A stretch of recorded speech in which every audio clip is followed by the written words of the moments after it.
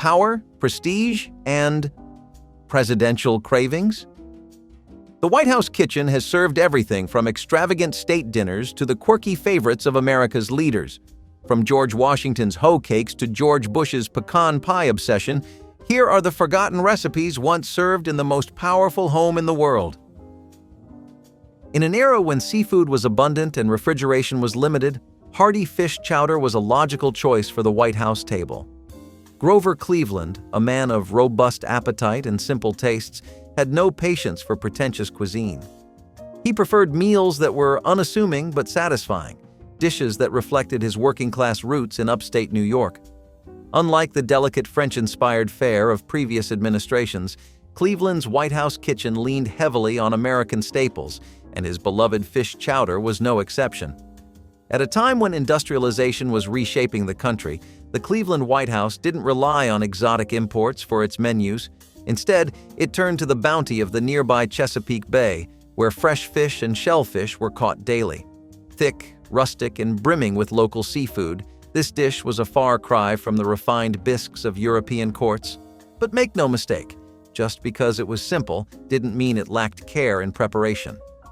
The White House kitchen, run by seasoned cooks rather than celebrity chefs, took pride in using fresh ingredients, layering flavors, and slow-simmering the broth for depth. By the time James Monroe took office in 1817, American cuisine was still deeply tied to its colonial past. But in Monroe's White House, the kitchen reflected a growing national identity, one that blended European traditions with Southern agricultural staples. He had spent years as a diplomat in France and Britain, developing a taste for refined pastries and delicate breads. Yet, when it came to the White House menu, the president's roots in Virginia took center stage. Sweet potatoes had long been a Southern favorite, prized for their natural sweetness and versatility. Unlike the delicate croissants Monroe had encountered abroad, these biscuits were sturdy, practical, and deeply American. The recipe itself was simple: sweet potatoes mashed into the dough, creating a softer texture and a hint of caramelized flavor. Monroe's presidency came at a time of economic recovery following the War of 1812, and thrift was the order of the day. The White House kitchen, though well-staffed, had to balance refinement with resourcefulness. Sweet potato biscuits fit the bill: affordable, nourishing, and distinctly Southern. Thomas Jefferson may be best remembered for drafting the Declaration of Independence, but his influence on American cuisine was just as revolutionary. A man of refined tastes, he brought back culinary inspiration from his time in France, filling the White House with dishes far more sophisticated than the heavy meats and boiled vegetables common in early America. Yet, despite his love of European flavors, one of his favorite foods remained something far simpler: peas. At Monticello, his Virginia estate, Jefferson meticulously documented his gardening experiments, growing dozens of pea varieties. He even turned it into a competition with his neighbors. Whoever harvested the first crop of the season would host a dinner featuring the fresh-picked peas. The White House kitchen carried on this obsession, preparing them in ways inspired by both American and French traditions. Some were served simply, buttered and lightly seasoned, while others were pureed into elegant side dishes. Jefferson's presidency coincided with economic instability following the Napoleonic Wars, making domestic food production more important than ever. Peas may not have been the flashiest dish to grace the White House table, but for Jefferson, they were a symbol of self-sufficiency. And perhaps a small victory in his never-ending gardening contest. By the time Benjamin Harrison took office in 1889, the White House menu reflected a country caught between tradition and modernization. Railroads had expanded access to food nationwide, but Harrison, like many men of his era, still preferred the hearty frontier-style meals of his Midwestern upbringing. Among his favorite dishes was something that might raise a few eyebrows today: squirrel stew. Squirrel was not an unusual choice in the late 19th century. For many rural Americans, it was simply a practical source of protein, abundant, easy to hunt, and, according to some, surprisingly tasty. Harrison, raised in Indiana, had grown up on rustic meals like this, and despite his status as president, he saw no reason to abandon them. The White House kitchen, staffed by skilled but uncelebrated cooks, prepared the dish the old-fashioned way, slow-simmered with root vegetables and thickened into a rich, gamey broth. But while the White House dined comfortably, the country wasn't so fortunate. The Panic of 1893, one of the worst economic downturns of the era, was looming just beyond Harrison's presidency. As times got tougher, many Americans turned to the same kind of resourceful cooking that had defined Harrison's childhood. Calvin Coolidge wasn't a man of extravagance. A Vermonter through and through, he preferred plain food, quiet dinners, and the kind of frugality that made even his White House kitchen staff take notice. While other presidents dined on fine cuts of meat and elaborate French pastries, Coolidge had an unexpected favorite: pickles. And not just any pickles. He specifically favored the sharp, tangy, home-brined varieties from his home state of Vermont. By the 1920s, the White House had access to an increasing variety of imported foods, yet Coolidge rarely indulged. His presidency followed the economic boom of World War I, but he remained cautious, believing in modest living even at the height of prosperity. His White House kitchen reflected that philosophy, serving simple, farm-style meals. And when it came to pickles, they had to be homemade, preferably the kind that had been brined for weeks in vinegar, salt, and spices.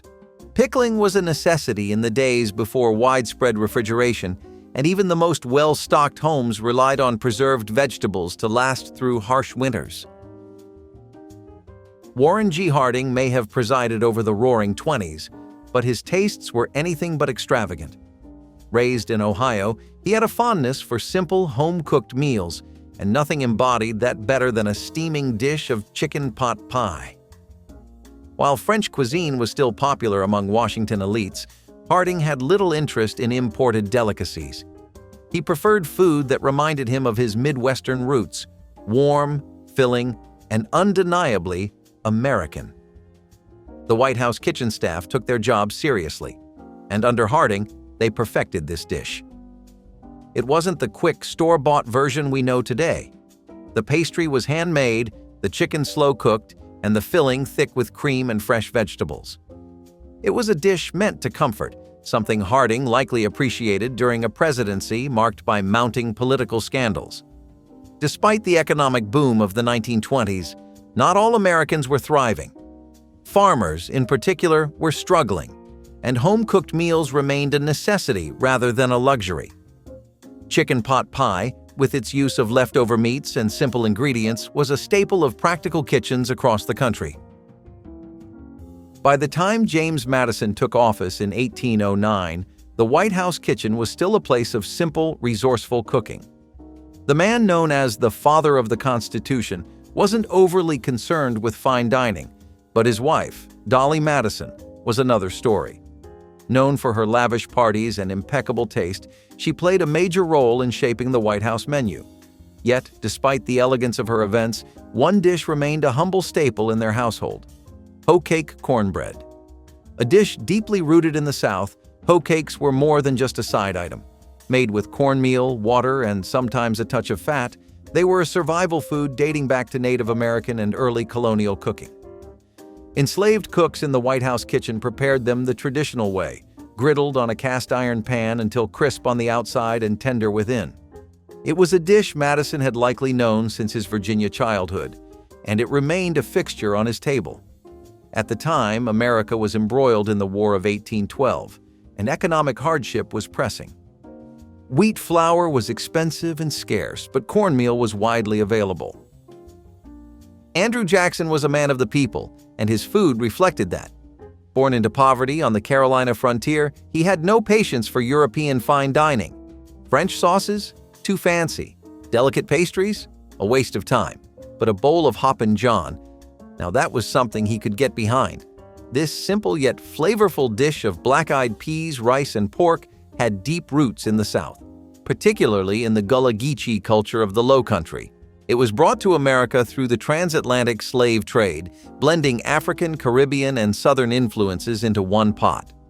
By the time Jackson entered the White House, Hoppin' John was already a staple across the region, eaten on New Year's Day for good luck.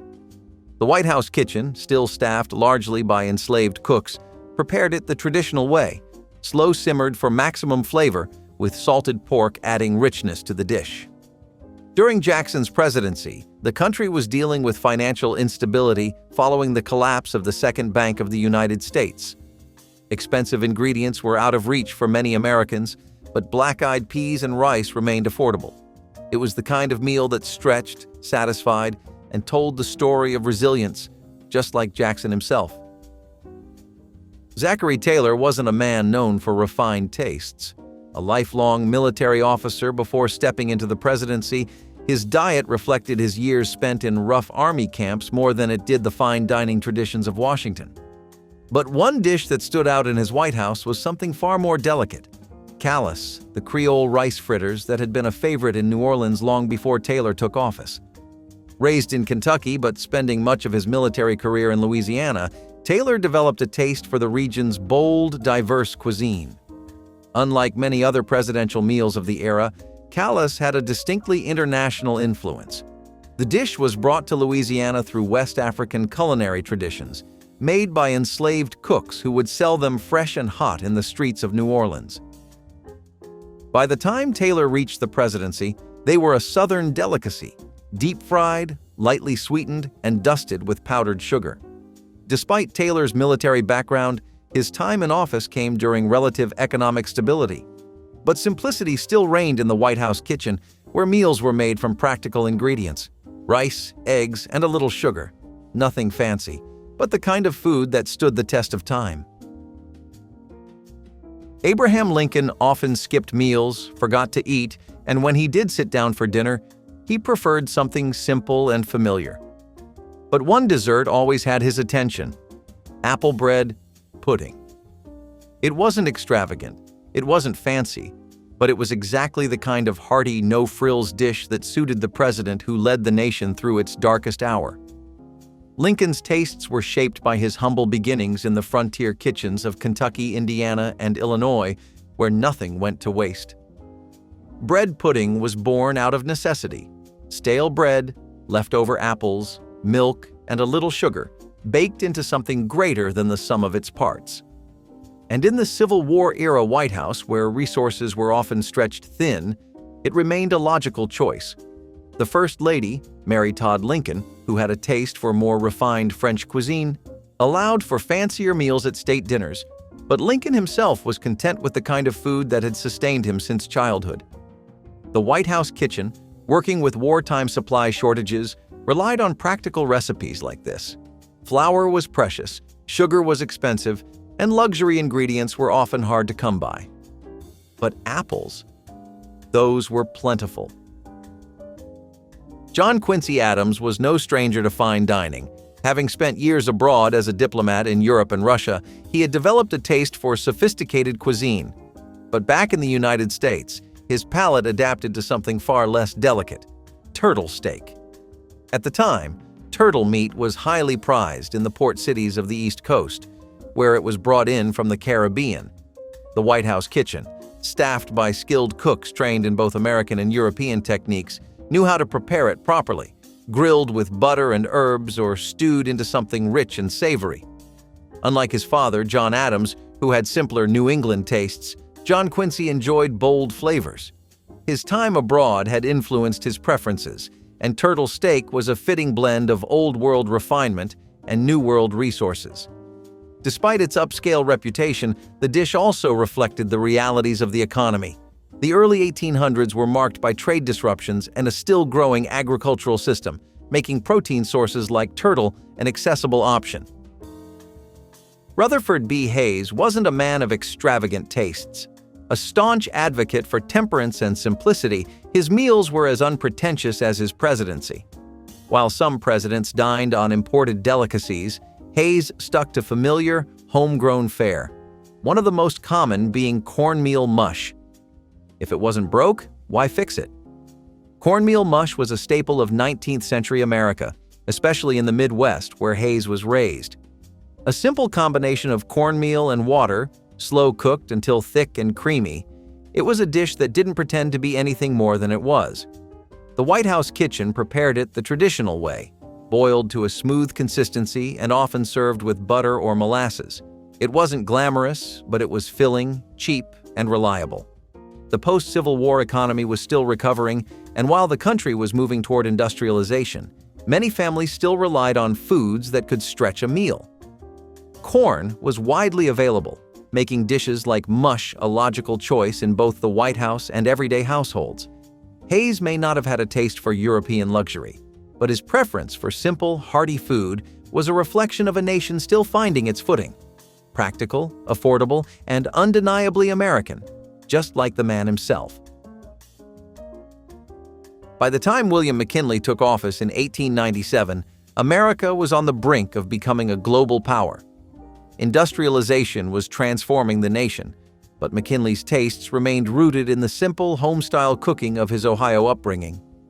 One dish he enjoyed, fried catfish, wasn't the kind of high society fare served at European courts, but it was a Southern and Midwestern favorite, beloved for its crispy texture and mild, flaky meat. The White House kitchen, staffed with experienced cooks well-versed in traditional American recipes, prepared it just as any small-town family would, dredged in cornmeal, fried in lard, and served alongside potatoes or coleslaw. While McKinley had access to fine cuts of beef and imported seafood, he favored practical, familiar dishes. Fried catfish fit the bill, affordable, widely available, and deeply connected to the rivers and farmlands of the Midwest and South. The Spanish-American War in 1898 reshaped the country's foreign policy, and economic struggles persisted for working-class Americans. During difficult times, dishes like fried catfish were a lifeline, cheap, nutritious, and easy to prepare. Theodore Roosevelt was a hunter, a conservationist, and a man who believed in hearty meals fit for an outdoorsman. While some White House dinners leaned toward European sophistication, Roosevelt had no interest in delicate soufflés or tiny, artfully arranged plates. He preferred something bold, something American, and if it was game meat, even better. Venison was a natural choice. Roosevelt had spent years hunting in the Dakotas, and as president, he made sure wild game made it onto the White House menu. The kitchen, always up to the challenge, prepared it with a festive twist, stuffed with tart cranberries, balancing the rich meat with a burst of acidity and sweetness. It was a combination deeply rooted in American tradition, merging frontier survival with holiday feasting. Roosevelt's presidency came at a time of economic transition. The U.S. was rapidly industrializing, but rural life still dominated much of the country. Venison wasn't just for sport. It was a necessary food source in many households, particularly in the Northeast and Midwest. While Roosevelt's policies helped expand the country's reach globally, his tastes remained deeply American. William Howard Taft was known for his hearty appetite, and his White House menu reflected that. Unlike some of his predecessors who preferred simple, home-style meals, Taft had a taste for rich, indulgent dishes. One of his favorites was lobster Newburg, a creamy, buttery seafood delicacy that was as luxurious as it was satisfying. The dish itself had an international flair. First introduced in New York's Delmonico's restaurant, lobster Newburg was heavily influenced by French cuisine, featuring a sauce made from butter, egg yolks, and sherry. The White House kitchen, staffed with chefs trained in European techniques, prepared it to perfection, ensuring Taft had the finest version of this already decadent meal. His presidency, however, came at a time of shifting economic tides. The country was navigating labor unrest, monopolies, and rising food prices.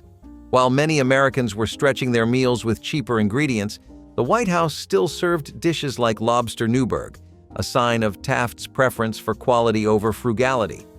Though he's often remembered for his larger-than-life stature, Taft was also a man who understood diplomacy, both in politics and at the dinner table. By the time Woodrow Wilson took office in 1913, America was changing rapidly. Industrialization was reshaping the economy, immigration was influencing cuisine, and soon, World War I would push the nation into food conservation efforts. Yet, despite the global events unfolding around him, Wilson's food preferences remained rooted in the traditions of his Southern upbringing.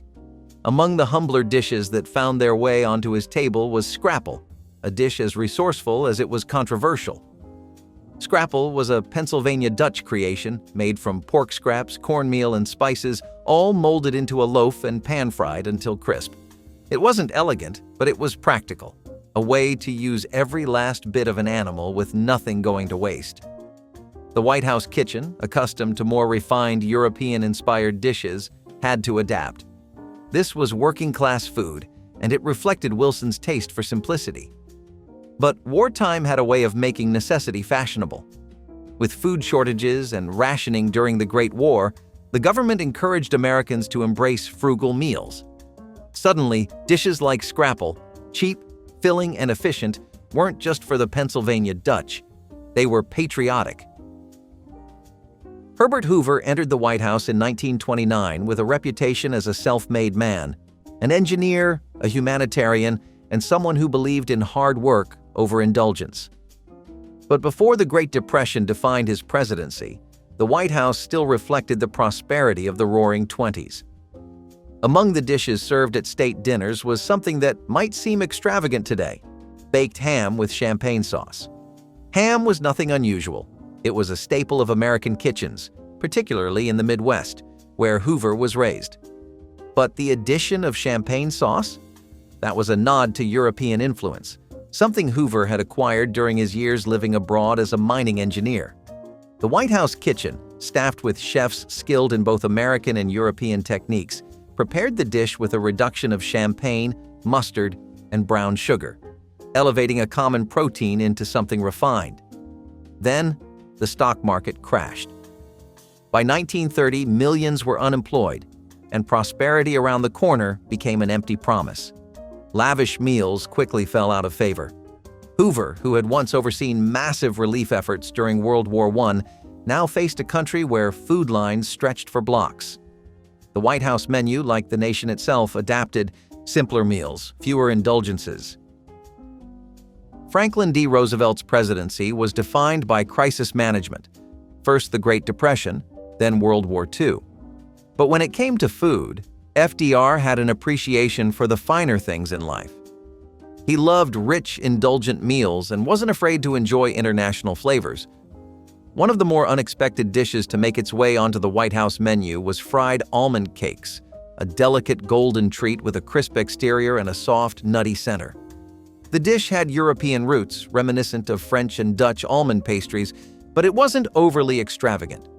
The White House kitchen, led by chefs skilled in balancing both frugality and elegance, prepared these cakes by frying an almond-based batter, sometimes dusted with sugar. The result was a dessert that felt luxurious without being wasteful, something that fit Roosevelt's philosophy well. By the time FDR took office in 1933, the country was still reeling from economic collapse, and food rationing loomed on the horizon. While White House meals remained relatively modest, Roosevelt believed in keeping morale high. Treats like fried almond cakes offered a taste of normalcy in turbulent times. Harry Truman never forgot where he came from. Raised in Missouri, he had the no-nonsense attitude of a Midwesterner, and that extended to his meals. He wasn't one for fancy French sauces or elaborate presentations. He wanted hearty, straightforward food, and few things fit that description better than Ozark bacon-wrapped quail. Quail was a natural choice for someone from rural Missouri. The small game bird had long been a favorite in the region, hunted in the rolling Ozark Hills and prepared in the simplest, most effective way, wrapped in bacon and roasted until tender. The White House kitchen, always adapting to each president's tastes, prepared it just as Truman liked: uncomplicated, flavorful, and filling. Truman's presidency followed World War II, and while the economy was rebounding, food rationing had only recently ended. Americans were shifting back to enjoying meat-rich meals, and bacon-wrapped quail was a return to pre-war comforts. Unlike the European-influenced dishes served under Roosevelt, Truman's White House menu reflected traditional American flavors: bold, rustic, and undeniably satisfying. Dwight D. Eisenhower knew good food. A skilled cook himself, he often took charge of preparing his own meals, favoring hearty, all-American dishes like stews and steaks. But not everything on his White House menu was so universally appealing. One of the more unusual dishes served during his presidency? Cold, jellied consommé, a delicacy that today might raise a few eyebrows.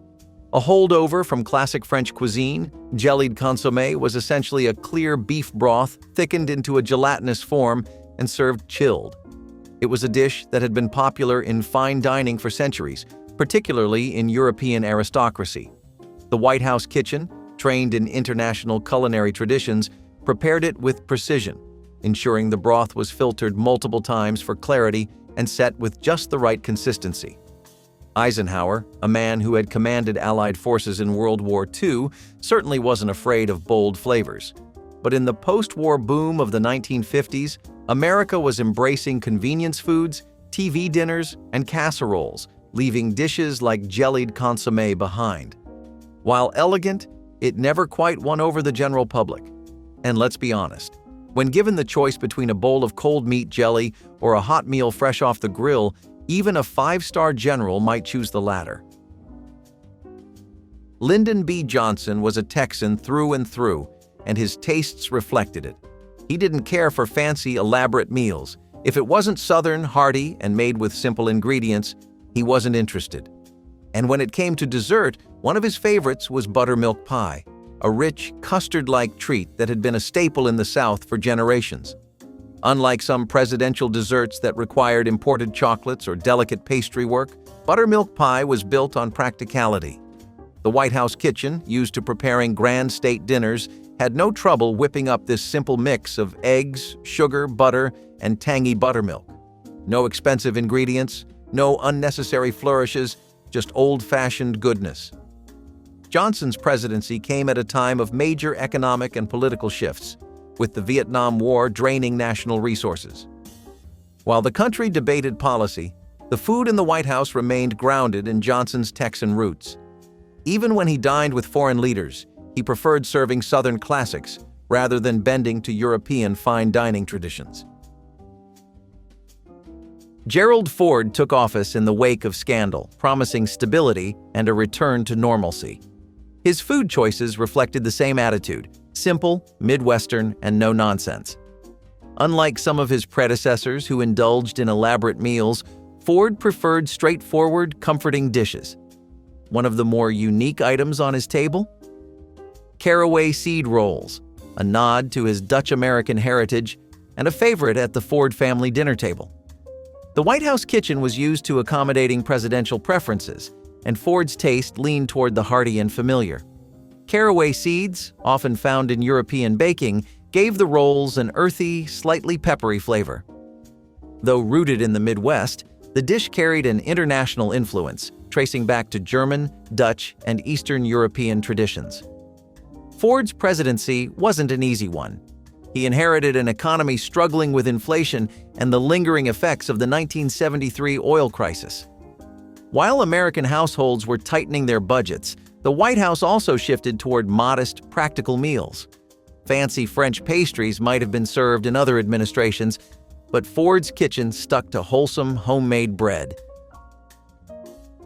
Jimmy Carter was a peanut farmer before he was president, and his Southern roots shaped everything from his leadership style to his plate. While the White House had seen its fair share of elegant meals, Carter preferred simple, home-cooked dishes, the kind you'd find at a Georgia church potluck. And few things represented that better than Brunswick stew. A Southern classic, Brunswick stew is a thick, tomato-based dish loaded with slow-cooked meats, traditionally rabbit or squirrel, but in Carter's White House, chicken and pork were more common. It was a working man's meal, originally cooked in massive iron pots to feed crowds. The White House kitchen, accustomed to preparing sophisticated entrees, had to embrace a more rustic style. No imported ingredients, no elaborate presentation, just good, honest food. Carter's presidency came at a time of economic difficulty, with inflation and an energy crisis straining American households. The message of self-reliance and frugality resonated, and Brunswick stew fit the moment, a dish built from scraps, designed to stretch a meal as far as possible. Unlike the refined European influences of previous administrations, Carter's White House menu stayed close to home. Ronald Reagan may have been born in Illinois, but by the time he reached the White House, his tastes were undeniably Californian. Known for his love of Western flavors, one of the more unexpected dishes to grace the presidential menu was tamale pie, a Tex-Mex-inspired casserole that had been a staple in California homes since the early 1900s.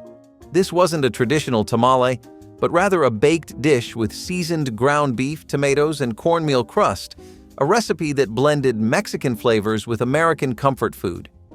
The White House kitchen, used to preparing French sauces and delicate pastries for state dinners, adjusted easily. After all, Reagan liked food that was hearty, simple, and satisfying. His presidency marked an era of economic shifts, with tax cuts and deregulation reshaping the country. Meanwhile, American cuisine was embracing international influences like never before. Tex-Mex was booming, and dishes like tamale pie reflected that growing cultural fusion. It was affordable, adaptable, and easy to serve to a crowd, qualities that made it just as practical for a family dinner as it was for a casual White House meal. George H.W. Bush had well-documented opinions on food. Broccoli was a hard no, pork rinds were a favorite, and Tex-Mex always had a place at the table. But one of the more surprising dishes served in his White House was cold avocado soup, a creamy, chilled dish with roots in both Latin American and European cuisine. Avocados had long been popular in Texas, where Bush spent much of his political career, but the idea of turning them into a cold soup leaned heavily on French and Spanish influences.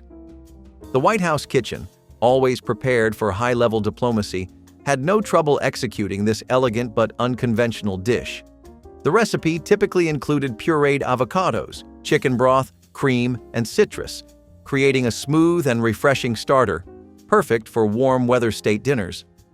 Bush's presidency saw economic turbulence, with a recession hitting in the early 1990s. While Americans were watching their budgets, the White House maintained a careful balance between practicality and prestige in its menus. Cold avocado soup, though refined, wasn't wasteful. It was light, simple, and relied on fresh ingredients. Zachary Taylor, in a pretty contrasting way, could not tolerate cucumbers at all. You would think he would be okay with having one on a sandwich every now and then, but even that was beneath the man. We do not know what his beef with cucumbers was or where it started from. Maybe it happened on a bad day in his childhood where a cucumber was the straw that broke the camel's back. But what we do know is that his distaste was strong.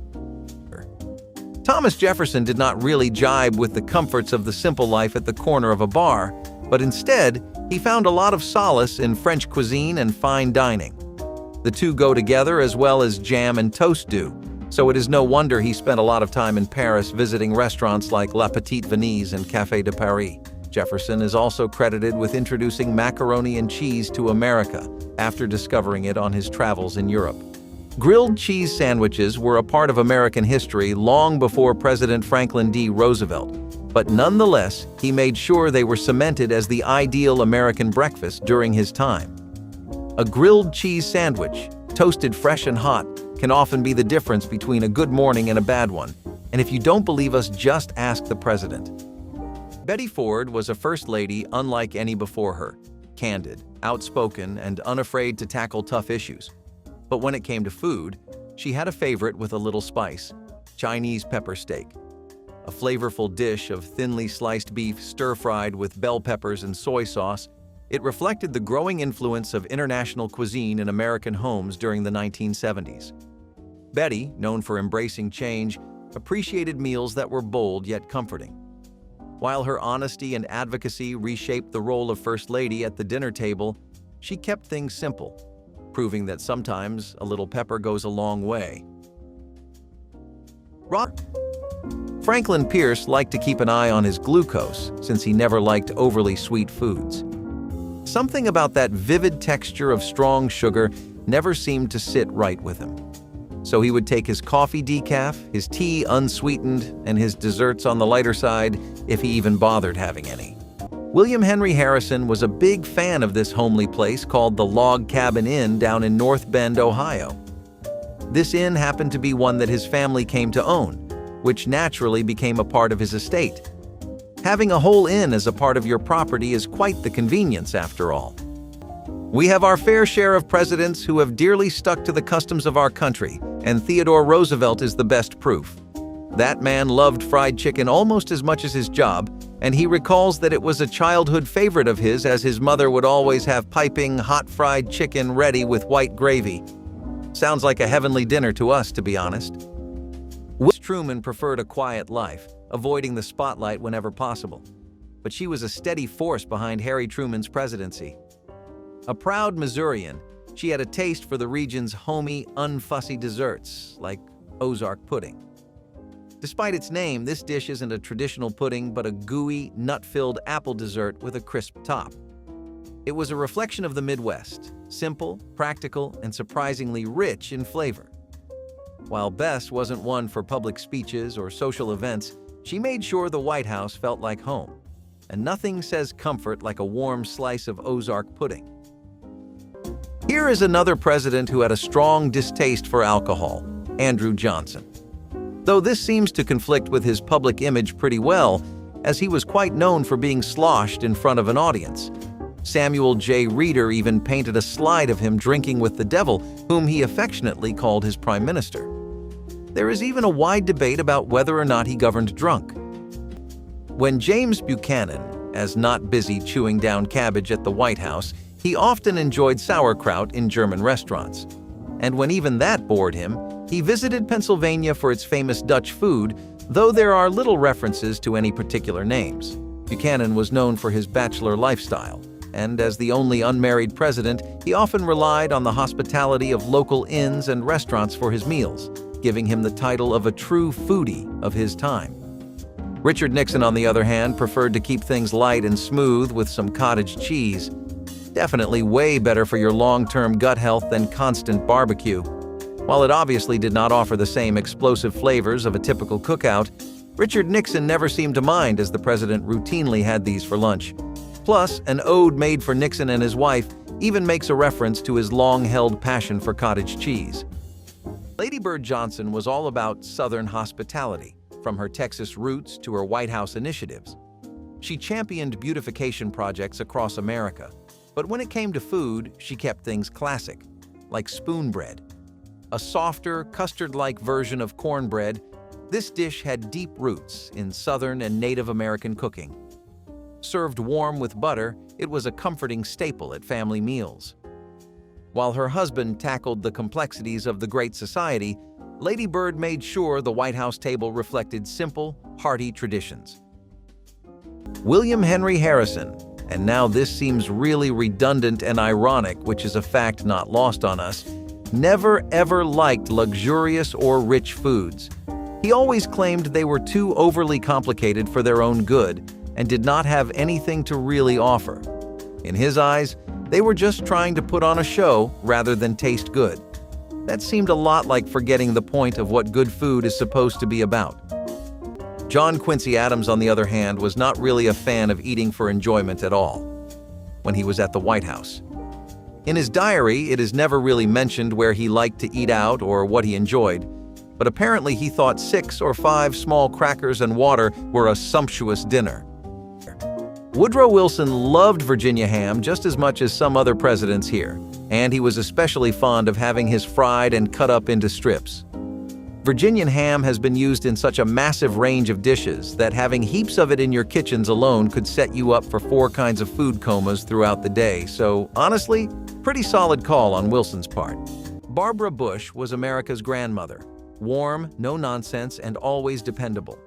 And what could be more fitting than her love for chocolate chip cookies? A timeless classic, these cookies were a staple in American households, much like Barbara herself. She even entered the political cookie wars, a light-hearted tradition where first ladies shared their best recipes. Her version was simple but beloved, proving that sometimes the best things in life don't need an upgrade. While her husband managed global affairs, Barbara focused on literacy, family, and making sure a good batch of cookies was always within reach. James K. Polk never seemed to like spicy food that much either. Maybe this is some kind of trend within presidents? We will definitely have to keep an eye out as we go on with the list. Do you think the cuisine they serve at the White House daily makes somebody averse to spices, or lowers their tolerance pretty significantly? Maybe it was just a thing with a select few candidates. Either way, we can add James K. Polk to the growing club of U.S. presidents that did not like it hot. John Tyler loved anywhere you could find good spring chicken, woodcock, or ham and eggs. He had some pretty Virginian tastes, and that is what was trending in the state during the time he was president in the 1840s. James K. Polk was a pretty simple and straightforward president. He didn't spend much of his free time on exploring the cuisine of the country, though when he did eat, it was out in New Orleans where he could find Creole cooking and French delicacies. Dwight Eisenhower particularly preferred beef stew over all else, especially one that had been left to stew for 1,000,000 years, mixed with the freshest vegetables in all of America. The experience was kind of like the ending scene in Ratatouille. He also had a strong penchant for tomato broths, and it sounds like a beef stew worth trying to us. Michelle Obama transformed the role of First Lady, advocating for healthy eating and fitness with her Let's Move initiative. But even she had her guilty pleasures: pizza and fries. A self-proclaimed fan of classic comfort food, she often joked about balancing nutritious meals with the occasional indulgence. Pizza, a universal favorite, and crispy fries were reminders of her Chicago roots and love for casual, family-friendly dining. While she encouraged Americans to eat more greens, she also believed in moderation. After all, even the First Lady knew that sometimes the best thing on your plate isn't a salad, it's a slice. James Garfield was just like James Monroe in that he did not seem to have any love for oysters at all either.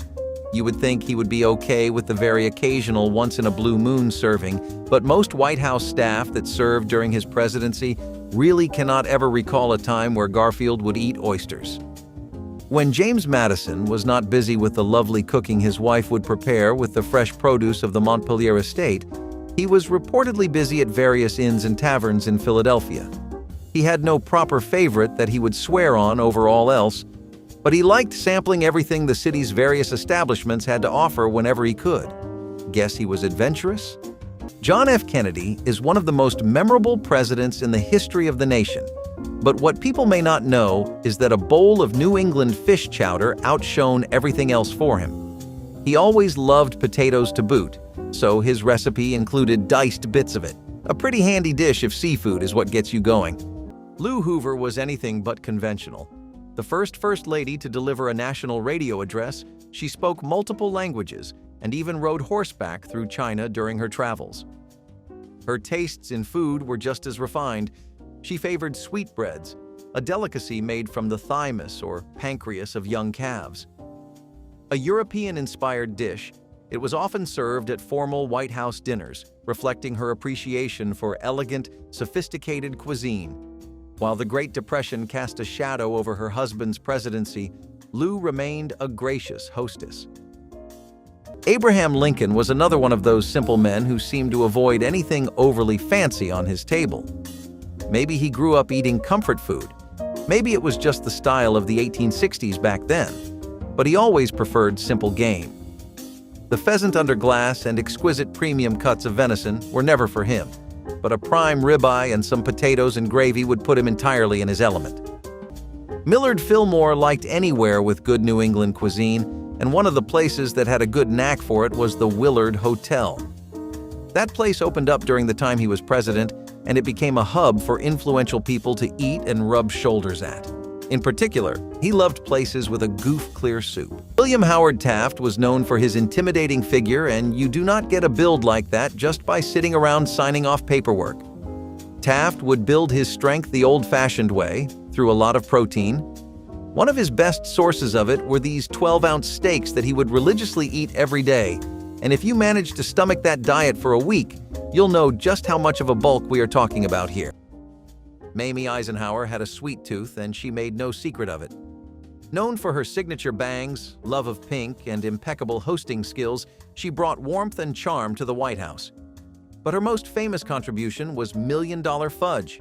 Rich, chocolatey, and packed with marshmallow creme, it was a favorite treat that even found its way into White House cookbooks. The name alone gave it prestige, but its popularity came from its irresistibly smooth texture. While her husband was commanding the post-war world stage, Mamie was making sure dessert was never an afterthought, at least not in her White House. Martin Van Buren lived a pro-sobriety life since he seemed to dislike alcohol pretty seriously. This is probably the most strange one on the list so far, since with how many ceremonial aspects of being a president require toasting your cup, you would think each president would grow a tolerance or acquired taste for it. Martin Van Buren never seemed to, and you could not ever place him and a bottle at the same scene. So when you go as far back as the first American president, George Washington, you go to a time where restaurants in the modern sense were not really that popular. What Sir Washington did have were taverns and inns, and one of his favorites was the City Tavern in Philadelphia. He was seen dining there many times, as well as the Fraunces Tavern in New York City. Calvin Coolidge had an extremely big sweet tooth, and what cheered him up after a long day of diplomatic relations and international politics would be a jelly roll packed to the brim with strawberry jam in a hefty wrapping sprinkled with lemon icing. Sounds like something that would definitely put the pep back in anyone's step. Eleanor Roosevelt was a trailblazer, redefining the role of First Lady with her activism, public speaking, and tireless advocacy for human rights. But when it came to food, her preferences were surprisingly simple. Hasty pudding, also known as Indian pudding, was a longtime favorite.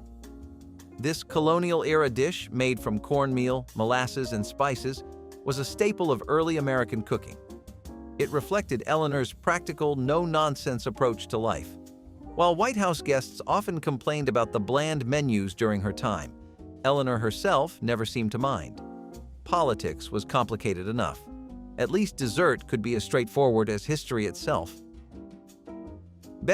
John Tyler also agreed with Harrison's take on this aspect, but he had a healthy layer to this mindset that he applied to his eating habits pretty often. John Tyler would never tolerate overly greasy foods or rich foods for a variety of reasons. The bloating, the suffocating feeling afterwards, the digestion issues. It seems there is a lot about heavy food that Tyler could not stand. Martin Van Buren loved going to places with good seafood, honoring his Dutch background with a good oyster. Oysters and various other kinds of seafood were common parts of Dutch culture back then, and despite growing up in Kinderhook in New York, he still tried various parts of the cuisine. He had a great love for fine dining and grand tables. Red flannel hash might not bring any particular images to mind the way a quarter pounder with large fries does, but it definitely warmed William McKinley's heart. The dish is typically made from potatoes and beets, and it was more a veggie-orientated plate than anything else, which kind of defied standards for the White House. But what is tradition to the cravings of a dear president? Jacqueline Kennedy redefined the role of First Lady, bringing elegance, culture, and sophistication to the White House. Her refined taste extended to food, and one of her favorite dishes was poached salmon. A light yet luxurious meal, it reflected her love of French cuisine, which she embraced during her years studying abroad. Salmon had long been a symbol of fine dining, and in the Kennedy White House, every meal was carefully curated. While the world admired her style and grace, she was just as intentional about what was served at the table. Ulysses S. Grant did not ever like his sweets, and he loved to keep his diet calorically low in that regard. His palate was built brick by brick via a strict diet of Army food and a simpler palate common in the childhood of any boy raised in southwestern Ohio. Though he could tolerate sweet kinds of fruits, he swore off the super sugar rush-inducing stuff. Still managed to gain a lot of weight in his time as a president, strangely enough. At the end of the day, though, Polk preferred steak and ham and stuck to a traditional Southern diet. Zachary Taylor was more or less cut from the same cloth, direct in his leadership and even more blunt and plain with his food. Wherever he went, he had the simple tastes of a boy raised in the Southern countryside. He typically had cornbread at whichever tavern he went to and loved steakhouses that were popular. Warren G. Harding was also a fan of sauerkraut, just like James Buchanan, but he liked his with a side of knockwurst. He would famously introduce all of the attendees at his parties and feasts to this dish and get them on the bandwagon. A dish must be pretty good to have a U.S. president doing free promo for it. At least we hope it is. Rosalind Carter brought a quiet determination to the White House, advocating for mental health awareness and humanitarian efforts. But when it came to desserts, she had a favorite that was pure Southern charm: strawberry cake. A beloved classic in Georgia, where she was born and raised, this moist, berry-filled cake was a staple at family gatherings. Strawberries symbolized warmth and hospitality, two qualities Rosalind embodied throughout her public service. While she tackled serious national issues, she still appreciated life's sweeter moments. And in a world of political ups and downs, at least a good slice of strawberry cake was never a bad idea. Let's continue the trend of presidents with a deep dislike for seafood with Chester A. Arthur, who could not get along with fish of any kind, not just oysters.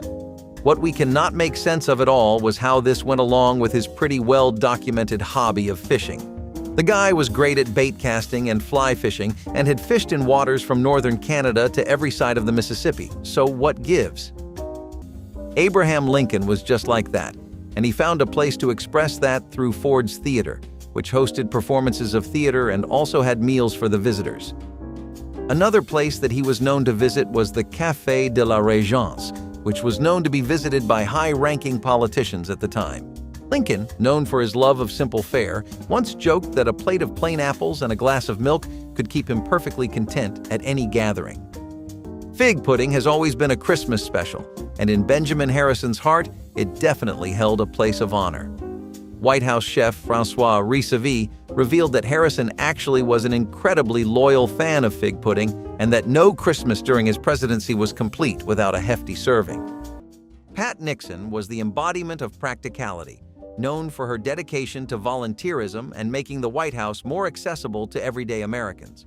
Her favorite dish was meatloaf, a meal as classic and no-nonsense as she was.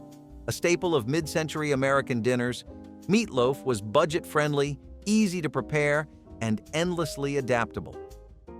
During a time of political turbulence, Pat focused on creating a sense of normalcy, both in her public service and at the dinner table. While her husband navigated the complexities of global diplomacy, she stuck with a dish that had one simple mission: bring people together, one slice at a time. Anything that was overly fancy or complicated was something Andrew Jackson was not stomaching or tolerating on his plate. In particular, he never seemed to like European cuisine. The White House was pretty renowned for serving this type of food in particular. If you ever asked him, he would much prefer simple stuff like steak and eggs. James Monroe did not really have a favorite restaurant in particular because, like Jefferson, he gained a taste for the finer delicacies of French cooking. Once you get hooked, you get onto it for life, and back in their day, most local places did not specialize in French cooking at all. James Monroe ate the same way during his stay at the White House too. Barbecue is something that resonates as strongly with Americans as 2000s pop, and that really extends to all levels of society, including presidential. Lyndon B. Johnson, despite being a pretty picky eater, would never deny some beef or pork barbecued properly on a hot grill. She even invited a chef known as the Barbecue King from Texas to make the finest barbecue ever known to an American. Melania Trump brought an international flair to the White House, being only the second First Lady born outside the U.S. While her Slovenian heritage influenced her tastes, one of her favorite dishes was a true Italian-American classic, chicken parmigiano. Crispy, breaded chicken smothered in marinara and melted cheese, it's a comfort food with a touch of elegance, much like Melania's public image. Italian cuisine has long been a staple of American dining, making this choice both familiar and refined. While her tenure was marked by a reserved public presence, her love for this hearty dish showed that some favorites need no introduction. Now, this is one we can get behind too, since it makes a lot of sense. Rutherford B. Hayes and his dislike of tomatoes is no secret to any American that was around for his presidency. Do you know those kids that always pick the tomatoes out of their burger? Well, this one managed to end up a president, so never let your mother tell you it's bad for your growth again. Maybe you might be onto something. Andrew Johnson was a simpler man, though, and he liked to relax with a good prime ribeye from anywhere in the Midwest. He often grew up eating cuts of beef of all kinds, so he definitely knew his way around the grill in more ways than one. You will find that he is not the only president to share a passionate love for steak either. Gerald R. Ford is one of the lesser-known presidents of the time amidst all the recent political climate, but he did have good policies. He also had better taste in food, as the way to his heart was a pot roast with red cabbage. The library of Gerald R. Ford also claims that the dish was one of his top 5 at least, and that is saying something. Laura Bush brought a quiet steadiness to the White House, known for her warmth, advocacy for education, and Texas charm. But when it came to dessert, she had a soft spot for something sweet and elegant: coconut cake. Light, fluffy, and topped with creamy frosting, it was a favorite for special occasions. Coconut cakes have long been a symbol of Southern hospitality, a fitting choice for a first lady who prided herself on making guests feel welcome. While the political climate could be divisive, Laura knew one universal truth: when there's cake on the table, people are always a little happier. James Buchanan believed that eggplants had no place in a man's diet, though it's unclear why he held this view. Although having a preference against eggplants was one thing, he seemed to go far beyond just not liking the poor vegetable. To Buchanan, an eggplant may as well have been an atrocity on a plate. John Adams was similar to the man in the chair before him, and he loved unwinding down at a tavern in Boston known as Mason's. See, Mason's was a cozy little joint that the president could drink at without any disturbances. Adams was known for his appreciation of simple New England fare, often enjoying a hearty bowl of clam chowder. Harry S. Truman was one president who had a peculiar choice for afternoon meals, often opting for a plate of cornbread with sorghum instead of the fine 5-star delicacies the White House kitchens had to offer. He was a Missouri native, and the dish was a hit in the state after all. Hillary Clinton redefined the role of First Lady, balancing policy, diplomacy, and a future political career of her own. But when it came to food, she had a taste for something refined: pecan-crusted lamb with morel sauce. A dish that blends Southern ingredients with French-inspired technique, it reflected both her Arkansas ties and her time hosting elegant White House dinners. Morel mushrooms, prized for their earthy flavor, gave the dish a touch of luxury. While politics was often unpredictable, this meal was anything but. It was rich, sophisticated, and perfectly balanced. Much like Hillary herself, it made a lasting impression. Millard Fillmore was a staunch patriot, disliking any foreign cuisine, especially French. No baguettes for this man, no croissants or fancy French dishes going the extra mile. He would always prefer sweet and simple American-style cooking compared to the delicacies of the French culinary world that the White House would have to offer. Franklin Pierce was also a fan of New England cuisine, especially things like fried clam. He loved visiting coastal areas like Maine and Rhode Island. Most of the presidents of the early era of the American presidency did not have many favorite places they would go to, because the restaurant industry was not half as developed. They still had areas where they frequented to get their preferences met. Herbert Hoover continued the White House's trend of sweet dishes with caramel tomatoes, which sound extremely unusual by today's standards, but were considered a delicacy during his tenure. Hoover loved this dish so much that his cook had to create a specific recipe catered exactly to his tastes. Nancy Reagan was known for her elegance, devotion to her husband, and of course her "Just Say No" campaign. But when it came to dessert, she happily said yes, especially to pumpkin pecan pie. A blend of two American classics, this rich, spiced dessert reflected both tradition and indulgence, much like the glamour of the Reagan White House. The combination of creamy pumpkin filling and crunchy pecans made it a holiday favorite, and Nancy often shared her love for festive treats. While she worked to keep the nation's youth away from bad habits, she certainly wasn't turning down a good slice of pie. Now, this is one we can get behind too, since it makes a lot of sense.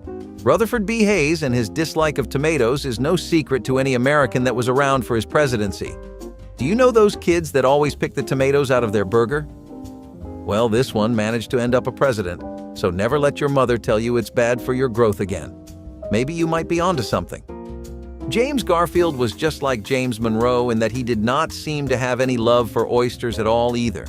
You would think he would be okay with the very occasional once-in-a-blue-moon serving, but most White House staff that served during his presidency really cannot ever recall a time where Garfield would eat oysters. Jill Biden has always balanced a busy life, teaching, advocating for military families, and serving as First Lady. But no matter how packed her schedule is, there's always time for something sweet. Oatmeal cookies are one of her favorites, a classic treat that's both wholesome and nostalgic.